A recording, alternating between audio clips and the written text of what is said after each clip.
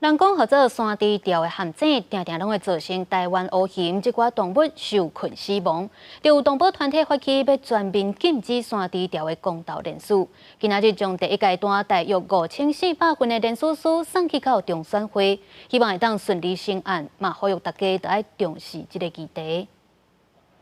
联署全面禁止山猪钓，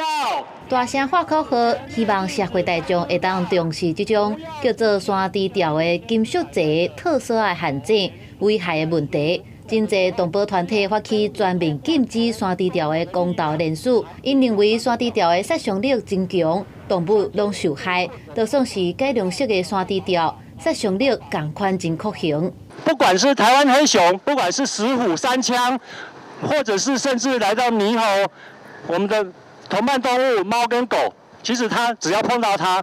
非惨即死。动保团体强调，山猪条一直造成台湾乌熊受困受伤，最近4年计共16只受难甚至死亡，甚至就连大台北的山区也有狗仔受困重伤。现在泛滥到台北市的公园里都有这样子的东西。 那更是不要说